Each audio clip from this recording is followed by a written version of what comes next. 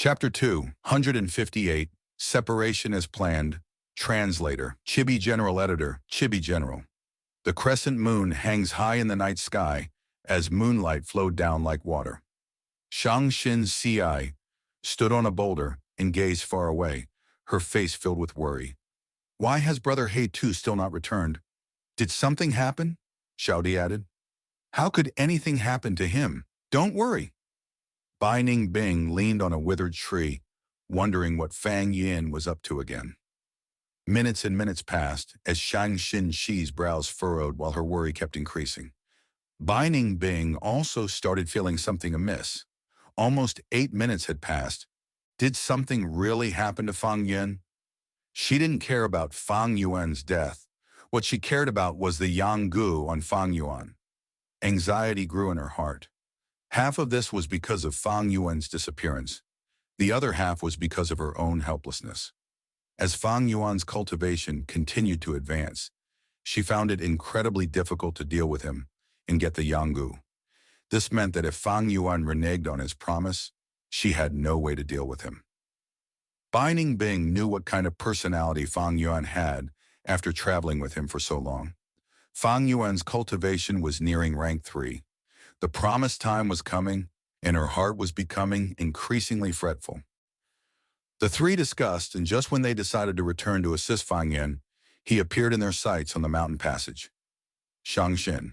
Si let out a breath of relief, but her heart pounded again when Fang Yin walked in front of them. Brother He Tu, you are injured again. Fang Yin had intentionally made some more injuries on his body.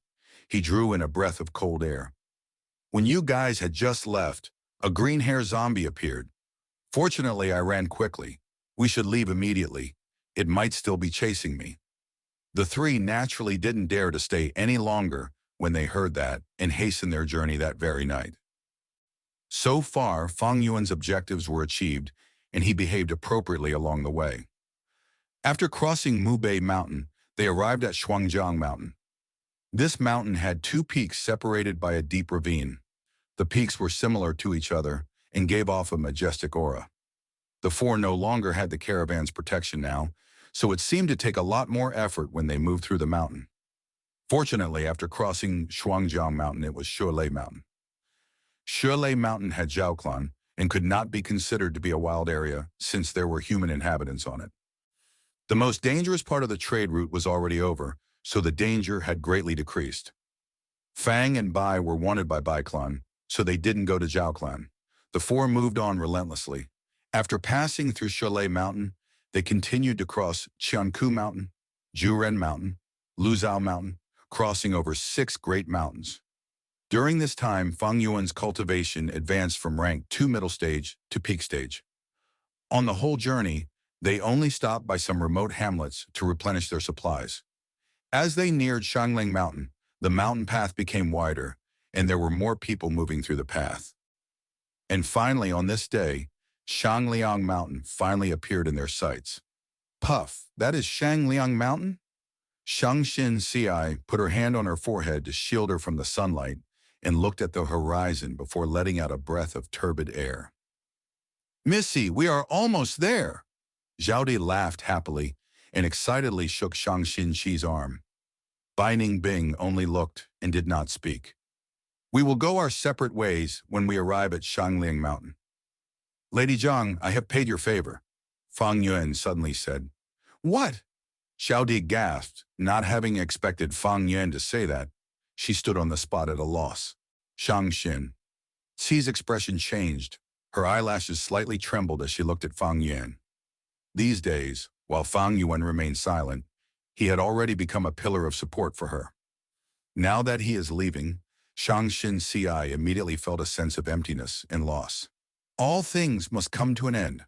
Fang Yuan heaved a long sigh. True. Shang Xin Si pursed up her lips. Her breathing was becoming heavy. After being in contact with Fang Yuan all the time these days, she knew his character. He was a someone acts upon his decisions, a resolute man. Let's go. It isn't quite safe yet. We will part our ways when we reach the city gate. Fang Yuan started walking in front. The atmosphere of the group had decreased to a freezing point. Even the incessantly chattering Xiao Di was silent. The closer they were to Shangclan City, the nearer their parting. Shangclan City unconsciously slowed down Shangxin Qi's steps. Shangclan City was her destination for this trip, and she should have been happy as she neared her target. But right now she didn't want to reach Shangclan City. However, the path was after all limited. They eventually arrived at the foot of Shangliang Mountain. Shangclan City's huge gate was right in front of their eyes. It was time to part ways. Fang Yuan gazed deeply at Shangxin Ci and nodded his head, only saying two words. Take care. It was simply two words, but it made Shangxin Qi's beautiful body tremble. Fang Yuan turned around and left. Wait. Shangxin Ci summoned her courage and suddenly spoke. It was a sea of buzz and commotions around the city gate, with people moving to and fro. Shangxin Qi's beautiful pupils gazed at Fang Yuan as the crowds moved rapidly around them. We will meet again someday. Benefactor, you might have repaid my favor in your heart, but you have saved me over and over again. This favor you have given to me is as deep as the sea and as heavy as the mountain. Benefactor, you said a drop received in need will be repaid with whole river. I will definitely repay you. The young girl's tone was firm and revealed her resolute heart. Fang Yin smiled towards her, then turned around and left, gradually disappearing within the crowd. Shangxin Ci stood on the spot for a long while. Miss, they are really heartless, leaving just like that. Xiao Di walked over and held her hand. They do not want to implicate us. Their demonic path identity cannot be exposed even on Shanglong Mountain. Shangxin Qi's nature was kind, always thinking of people positively. Oh, it was like that, Xiao Di realized. They might be demonic goo masters, but they are good people. I have decided I will make it big on Shangclan City. There is definitely a place for my talent. I might just be a mortal who can't cultivate, but I can hire goo masters to work for me. I will definitely repay their favor in future. Yes, I believe in you, Missy. Strange, you have protected Shangxin Ci all the way. Why are you intentionally parting ways now that we reach Shanglong Mountain? I have to remind you that there is a huge flow of people in Shangclan City, and you don't have an investigative goo. If you are just playing hard to get, make sure you don't lose track of her. If not, you will just be shooting yourself in the foot. It would really be a great joke. Bai Ningbing coldly reminded Fang Yuan from the side. Fang Yuan ignored her. His gaze followed Shangxin Ci and Xiao Dai till they walked through the city gate, and only then did he retrieve his gaze. As per his previous life's memories, Shang clan leader should detect his bloodline in Shangxin Ci when she entered Shangclan City. However, for confirmation, the tyrannical Shang clan leader would round up all the people of the caravan, which Shangxin Ci joined at that time, and keep them in house arrest as he interrogated and investigated them. When the truth was cleared up and Shangxin Qi's identity was confirmed, Shang clan leader generously compensated all the caravan members by twice the amount of their goods. Shangxin Ci directly jumped from being a mortal girl to being Shang clan leader's beloved daughter.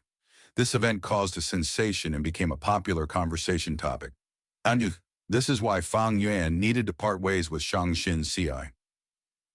Fang Yuan had many goo in his aperture which could never be exposed to others, especially the spring-autumn cicada. If he was investigated and his aperture searched, it would become a huge trouble.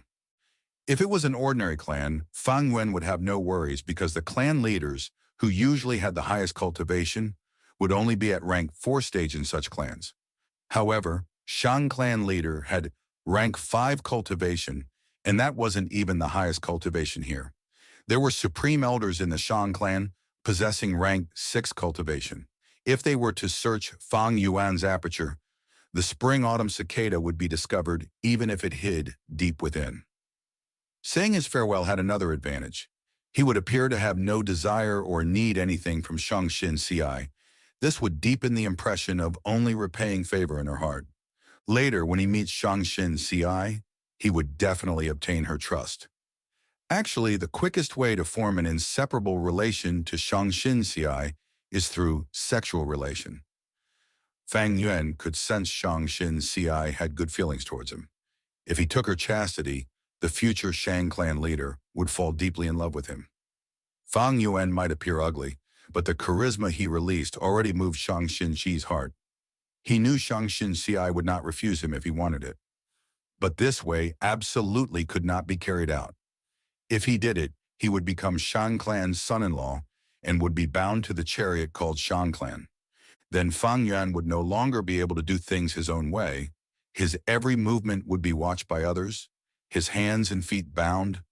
Even his cultivation would have to be purposely suppressed. As his cultivation increased rapidly, it would expose bone-flesh unity goo, which was sure to cause an upheaval and attract all kinds of attention. Fang Yuan understood how much bone-flesh unity goo was worth. Even Shang clan could not keep it for themselves. And if spring-autumn cicada was revealed on top of that, those reclusive rank 6 goo masters, even rank 7 goo masters, would jump out one after another. After reaching rank 6, the goo master would experience a qualitative change in their strength, each of them able to contend against the strength of a whole clan.